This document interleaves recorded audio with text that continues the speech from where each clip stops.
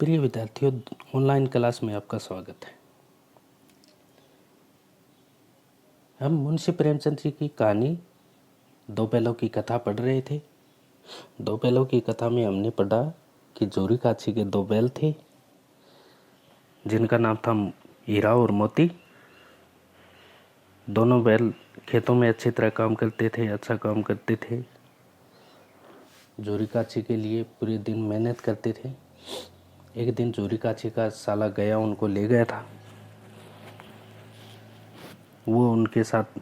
उसने उनके साथ कठोर व्यवहार किया, इसलिए वो उससे छुड़ाकर भाग आए थे। वो फिर दोबारा ले गया था। दोबारा ले जाने के बाद उनके साथ अभद्रता का व्यवहार किया और वो एक छोटी बच्ची थी, उसने उनकी सहायता की थी।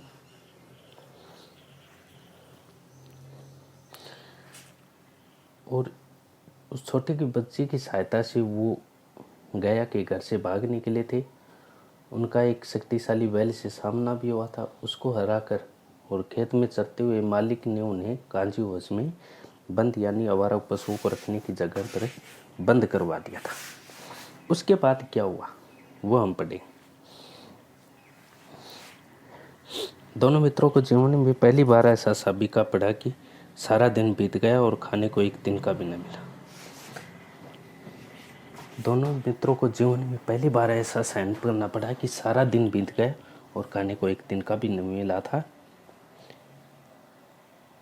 समझ ही में ना आता था ये कैसा स्वामी, समझ में नहीं आता था कि ये कैसा स्वामी है, उन्हें खाना नहीं देता था। इससे तो गया फिर भी अच्छा था। इससे तो गया जो जोरी काछी का साला था वो अच्छा था। यहाँ कई पैसे दी कांजी होश होता है, आवारा पशुओं को रखने की जगह होती है। तो वहाँ पर ये नहीं कि एक ही प्रकार के जीव जंतु, वहाँ पर गाय भी होती है, भैंस, बकरी, ऊँट, सब प्रकार के जीव जंतु होते हैं। घोड़े, गधे, खच्चर सब होते हैं। इसलिए वहाँ पर कांजी होश में कई भैंसें थी, कई बकरियाँ, कई घोड़े, कई गधे, पर किसी के सामने चारा नहीं था। सब जमीन पर मुर्दों की तरह पड़े थे। जीव अनेक प्रकार के पशु थे, किसी के सामने चारा नहीं था, सब मुर्दों की तरह पड़े हुए थे। कई तो इतने कमज़ोर हो गए थे खड़े भी न हो सकते थे। कई तो इतने कमज़ोर हो गए थे कि खुद अपने आप खड़े भी नहीं हो सकते। सारा दिन दोनों मित्र फाटक की ओर टकटकी लगाए ताकते रहे, पर कोई चारा लेकर आता नहीं दिखाई दिया। सारा दिन दोनों मित्र फाटक की ओर, द्वार की ओर देखते रहे कि कोई उनके लिए चारा लेकर आए, लेकिन उन्हें कोई चारा लेकर आता दिखाई न दिया। तब दोनों ने दीवार की नमकीन मिट्टी चाटनी शुरू की, पर इससे क्या तृप्ति होती। अब देखिए, भूखे प्यासे थे, व्याकुल थे। कांजी हाउस की दीवारें ऊंची ऊंची थी, पार कहीं जा नहीं सकते थे। कांजी हाउस में घास का एक तिनका भी नहीं था। तो इस स्थिति में करे तो भी क्या करें। उन्होंने दीवार की मिट्टी चाटनी शुरू की, लेकिन मिट्टी से क्या भूख शांत होती? नहीं होगी। रात को भी जब कुछ भोजन न मिला तो हीरा के दिल में विद्रोह की ज्वाला दग उठी। रात को भी जब भोजन नहीं मिला तो हीरा के दिल में विद्रोह की ज्वाला दग उठी। मोती से बोला, अब तो नहीं रहा जाता मोती, अब तो सहन नहीं होता। हीरा ने कहा कि अब तो सहन नहीं होता मोती, कुछ करो। मोती ने सिर लटकाए हुए जवाब दिया, मुझे तो मालूम होता अब प्राण निकल रहे हैं। मुझे तो ऐसा मालूम होता है, ऐसा लग रहा है कि मेरे तो प्राण निकल रहे हैं। हीरा ने कहा, इतनी जल्दी हिम्मत ना हारो भाई, यहाँ से भागने का कोई उपाय निकालना चाहिए। हीरा ने मोती से कहा कि इतनी जल्दी हिम्मत ना हारो भाई, यहाँ से भागने का कोई न कोई उपाय निकालना चाहिए। हीरा ने कहा, आओ दीवार तोड़ डाले। तो मोती ने पड़े पड़े कहा, मुझसे तो अब कुछ नहीं होगा। तो इस पर हीरा ने वापस जवाब दिया, बस इसी बुत्ते पर अकड़ते थे, इतने दिन इसी बुत्ते पर चलते थे, कि मैं ये कर दूंगा, मैं वो कर दूंगा, बस यही करने वाले थे आज तक। एक दिन में ही बोलने पर कुछ करते नहीं हो, वैसे करते हो, ये कर देते, ये कर देते। अब करने का समय आए तो कुछ करते नहीं हो, सारी अकड़ निकल गई। बाड़े की दीवार कच्ची थी, हीरा मजबूत तो था ही। अपने नुकीले सींग दीवार में गड़ा दिए और जोर मारा तो मिट्टी का एक चिप्पड़ निकल आया। हीरा मजबूत तो था ही, अपने नुकीले सींग दीवार में गड़ा दिए और जोर मारा, अत्यधिक जोर लगाया तो एक मिट्टी का चिप्पड़ निकल आया।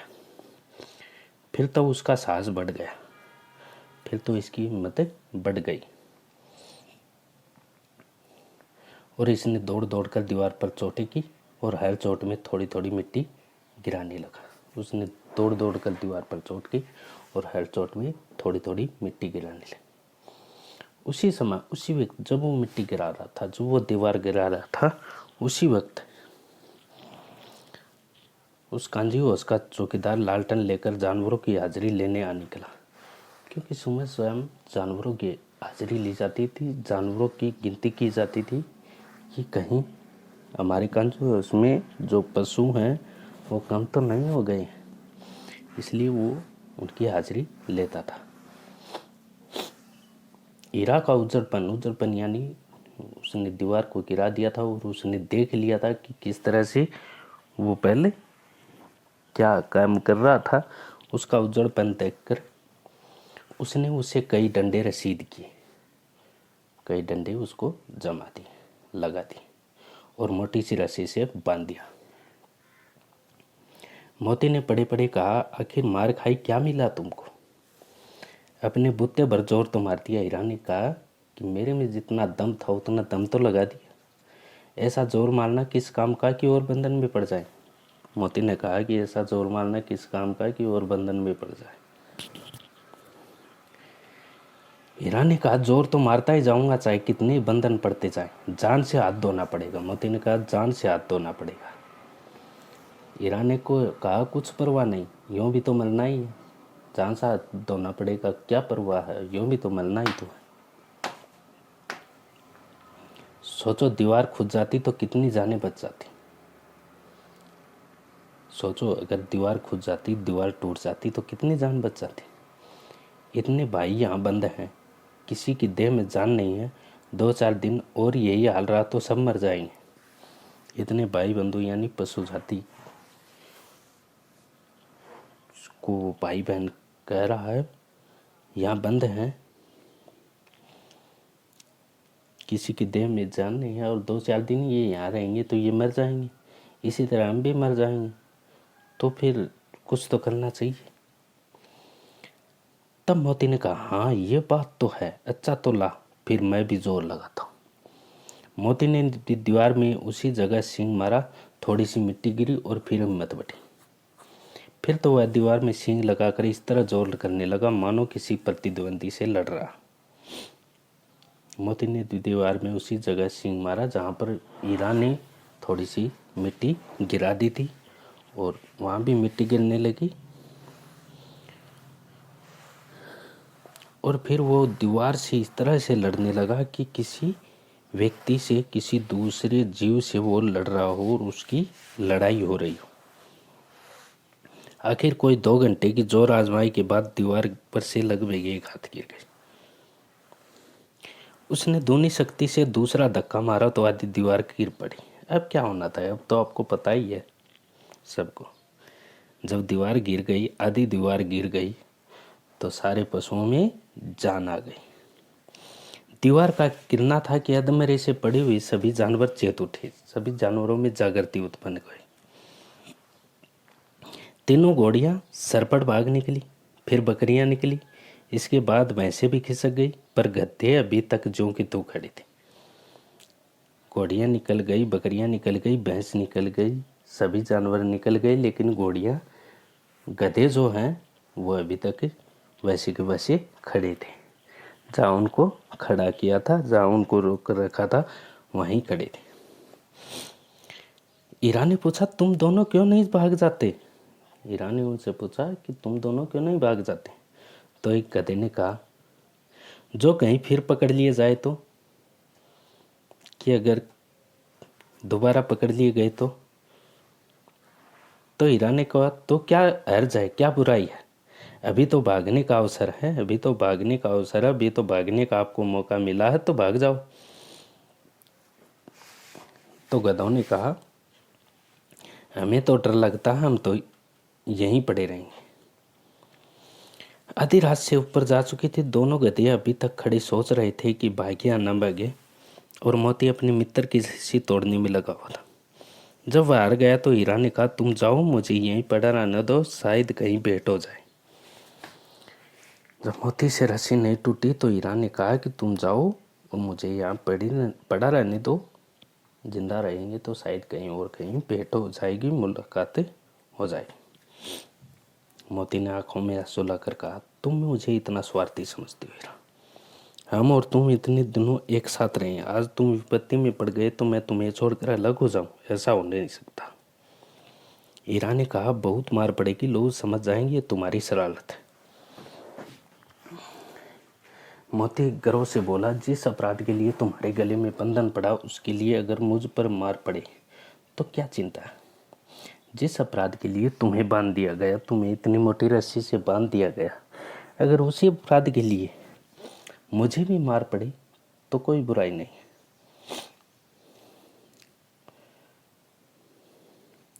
कोई चिंता की बात नहीं। इतना तो हो गया कि 9-10 प्राणियों की जान बच गई, वे सब तो आशीर्वाद देंगे, वे सब तो हमारा भला ही चाहेंगे। ये कहते हुए मोती ने दोनों गधों को सींगों से मार मार कर बाड़ी के बाहर निकाला। कहते हुए मोती ने दोनों गधों को, जो वहाँ खड़े थे, जो डरपोक थे, उनको बाड़ी से बाहर निकाला और तब अपने बंधु के पास आकर सो गया।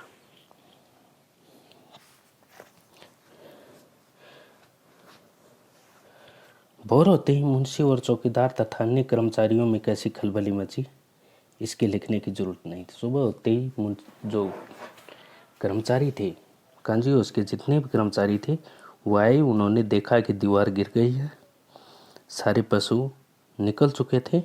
उनकी कैसी स्थिति थी वो तो लिखने की जरूरत नहीं है। उनमें गुस्सा था, उन कर्मचारियों में अत्यधिक गुस्सा आ गया था। बड़े व्याकुल थे क्योंकि ऐसा पहली बार हुआ था उनके साथ, इसलिए व्याकुल थे।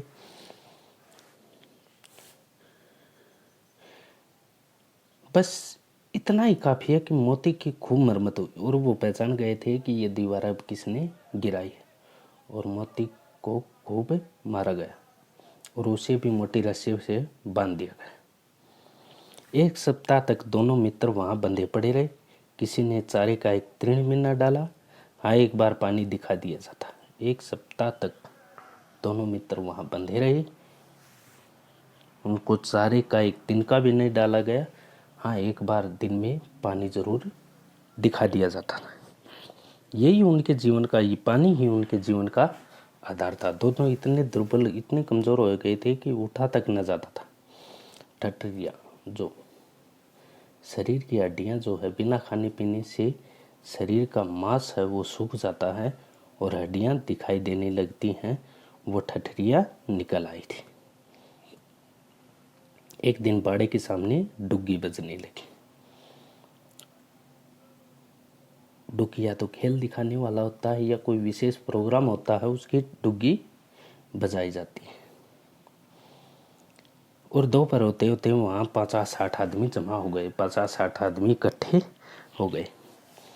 तब दोनों मित्र निकाले गए, तब दोनों मित्रों को बाहर निकाले गए और उनकी देखभाल होने लगी। थोड़ी देखभाल हुई उस दिन। लोग आकर उनकी सूरत देखते और मन फीका करके चले जाते। लोग आते और उनकी सूरत, उनकी दशा देखते, उनका चेहरा देखते और मन फीका करके चले जाते।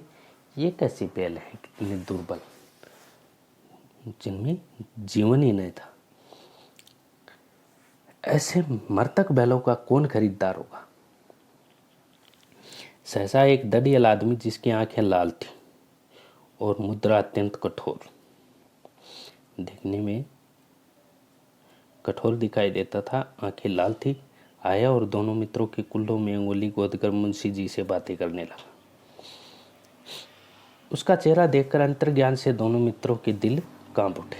उसका चेहरा देखकर अंतर्ज्ञान, पशुओं के अंदर की जो ज्ञान ज्योति है, अंतर की ज्ञान से उन्होंने देखा और दोनों मित्रों के दिल कांप उठे। वह कौन है और उन्हें क्यों टोल रहा है, इस विषय में उन्हें कोई संदेह न हुआ। दोनों ने एक दूसरे को भीतरी नेत्रों से देखा और सिर झुका लिया। हीरा ने कहा, गया के घर से नाक बाजे, गया के घर से गलत बाजना नहीं चाहिए था, अब जानने बचेगी। मोती ने अश्रद्धा के भाव से, जिसमें श्रद्धा की भावना नहीं होती हो, श्रद्धा के भाव से उत्तर दिया। कहते हैं भगवान सबके ऊपर दया करते हैं, उन्हें हमारे ऊपर क्यों दया नहीं आती। कहते हैं भगवान सबके ऊपर दया करता है, इसलिए भगवान हमारे ऊपर भी दया करती है, हमारे ऊपर दया क्यों नहीं आएगी। भगवान के लिए हमारा मरना जीना दोनों बराबर है। चलो अच्छा ही है, कुछ दिन उसके पास तो रहेंगे। भगवान के लिए हमारा मरना जीना दोनों अच्छा है, चलो कोई बात नहीं, कुछ दिन उसके पास तो रहेंगे। एक बार भगवान ने उस लड़की के रूप में हमें बचाया था, क्या अब न बचाएंगे। ये आदमी छुरी चलाएगा, देख लेना, यानी कि काट डालेगा। छुरी चलाएगा, काट डालेगा, मार डालेगा हमें, देख लेना।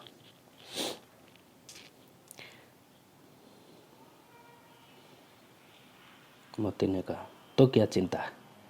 हीरा ने कहा, तो क्या चिंता है, मांस खाल सींग हड्डी सब किसी न किसी काम आ जाएंगे। नीलाम हो जाने के बाद दोनों मित्र उस दड़ियल के साथ चले।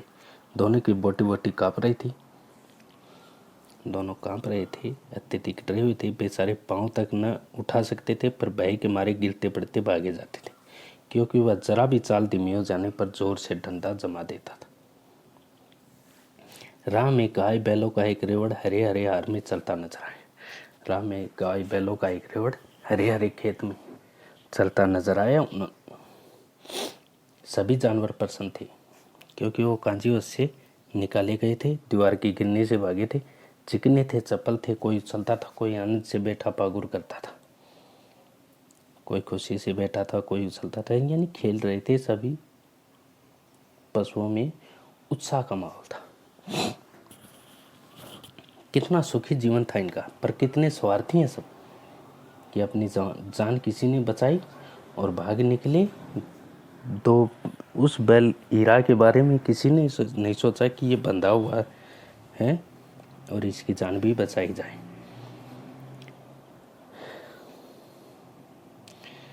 किसी को चिंता नहीं कि उनके दो भाई बदिक के हाथ पड़े कैसे दुखी हैं, बांधने वाले के हाथ पड़े कैसे दुखी।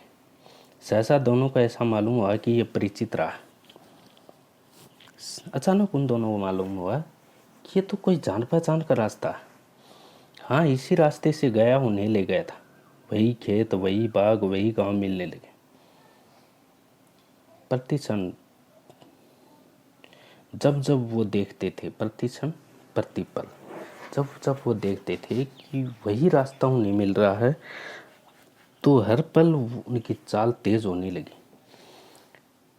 क्योंकि उनको अपना रास्ता मिल गया था। इसलिए उनकी सारी थकान, सारी दुर्बलता गायब हो गई। आह, ये लो, अपना ही हार आ गया, अपना ही खेत आ गया। इसी कुएं पर हम पुर चलाने आए करते थे, ये कुआ। मोती ने कहा, हमारा घर नगीच आ गया, हमारा घर नजदीक आया है। हीरा बोला, भगवान की दया। मोती ने कहा, मैं तो अब घर भागता हूँ। हीरा ने कहा, ये जाने देगा। मोती ने कहा, इसे मैं मार गिराता हूँ। नहीं नहीं, दौड़कर थान पर चलो, वहां से हम आगे न जाएंगे। दोनों उन्मत्त होकर बछड़ों की बाती कुल्ले करते हुए घर की ओर दौड़े। वह हमारा थान है। दोनों दौड़कर अपने थान पर आए और खड़े हो गए। दड़ियल भी पीछे पीछे दौड़ा चला आता था। दोनों अपने थान पर गए। उन्होंने देखा कि ये अपना घर है, जो रिकाची का घर है, और उसके पास आ गए और अपने अपने थान पर चले गए। वो दड़ियल जो खरीदार था, वो भी उनके पीछे पीछे आ गया। झूरी द्वार, सर्दी का मौसम था। झूरी द्वार पर बैठा धूप खा रहा था। बैलों को देखते ही दौड़ा और उन्हें बारी बारी से गले लगाने लगा। मित्रों की आंखों से आनंद के आंसू बहने लगे। एक झूरी का हाथ चाट रहा था। दोनों मित्रों की आंखों से आनंद के आंसू बहने लगे। एक झूरी का हाथ चाट। दड़ियल ने जाकर बैलों की रस्सियां पकड़ ली। झूरी ने कहा, मेरे बैल है। दड़ियल ने जाकर दोनों बैलों की रस्सियां पकड़ ली और कहा कि मैं इन्हें ले जाऊंगा। इस पर झूरी ने कहा, मेरे बैल है। तो दड़ियल ने कहा, तुम्हारे बैल कैसे? मैं मवेशी खाने से नीलाम लिए आता हूँ। मैं तो इन्हें मवेशी खाने से नीलामी किए लिए आता हूँ। मैं तो समझा हूँ चुराई लिए आता हूँ। झूरी ने कहा कि मैं सोच समझा अब चुराई लिए आता हूँ। चुपके से चले जाओ, धीरे से चले जाओ यहाँ से। मेरे बैल है, मैं बेचूंगा तो बिकेंगे। किसी को मेरे बैल नीलाम करने का क्या अधिकार है? चुपके से चले जाओ यहाँ से, चुपचाप चले जाओ। मेरे बैल हैं, मैं बेचूंगा तो बिकेंगे। किसी और को मेरे बैल नीलाम करने का क्या अधिकार है? जाकर थाने में रिपोर्ट कर दूंगा। झूरी ने कहा कि जाकर थाने में रिपोर्ट करा दूंगा। मेरे बैल हैं, इसका सबूत यह है कि मेरे द्वार पर खड़े, मेरे दरवाजे पर खड़े। दड़ियल गुस्से में होकर बैलों को जबरदस्ती पकड़ ले जाने के लिए बढ़ा। उसी वक्त मोती ने सींग चलाया। दड़ियल गुस्से में होकर जो ही बैलों की ओर बढ़ा, उसी वक्त मोती ने उसकी तरफ सींग चलाया। दड़ियल थोड़ा पीछे हट गया। पीछे हटने पर मोती ने पीछा किया। दड़ियल भागा, मोती उसके पीछे दौड़ा। गांव के बाहर निकल जाने पर वह रुका। गांव के बाहर निकल जाने पर मोती रुक गया, पर खड़ा दड़ियल का रास्ता देख रहा था कि दाढ़ी वाला आदमी वापस आएगा उसे लेने के लिए। उसका रास्ता देखने लगा। दड़ियल दूर खड़ा धमकियां दे रहा था, गालियां निकाल रहा था, पत्थर फेंक रहा था और मोती विजय सुर की बाती उसका रास्ता रोके खड़ा था। गांव के लोग ये तमाशा देखते थे और हंसते थे।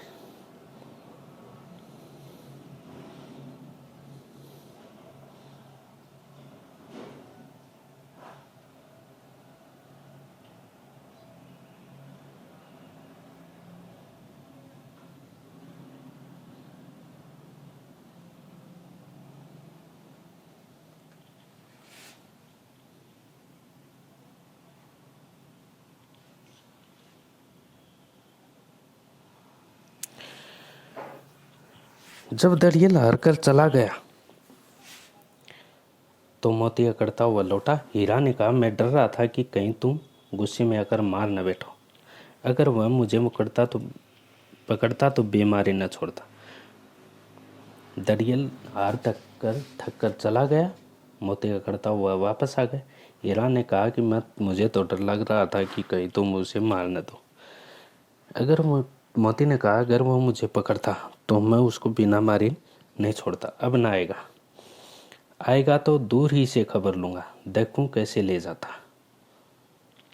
जो गोली मरवा दे मर जाऊंगा, पर उसके काम तो ना आऊंगा। हमारी जान को कोई जान ही नहीं समझता, इसलिए कि हम इतने सीधे।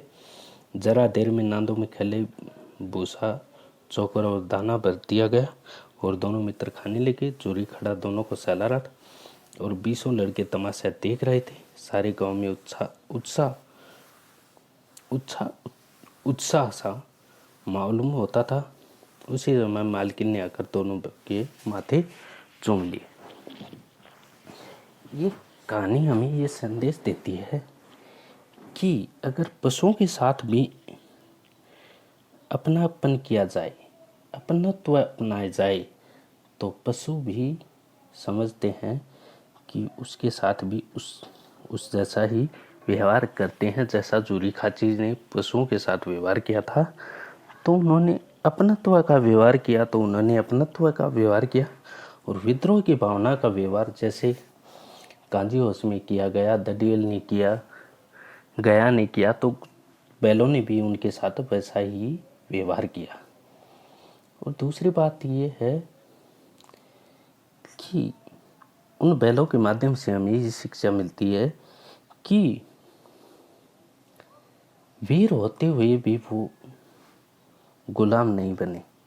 इसलिए वीरों के लिए ये उचित है, ये उनका कर्तव्य बनता है कि वो किसी का गुलाम नहीं बने और जो गुलाम है उनको भी आज़ाद करवाएं, जिस तरह से उन दोनों बैलों ने अन्य जीव जंतुओं को आज़ाद